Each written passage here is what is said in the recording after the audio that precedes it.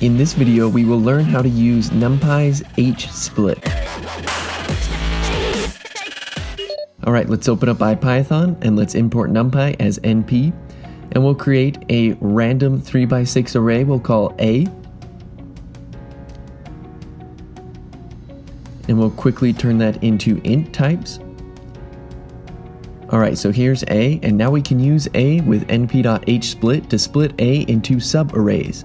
Let's try A, 3. And now we get a list of 3 different arrays. We cut the horizontal array into 3 different arrays, hence hsplit. Let's do this again. Here's A, and now let's cut it into 2 arrays. You can see now we have 2 3x3 arrays instead of 1 3x6.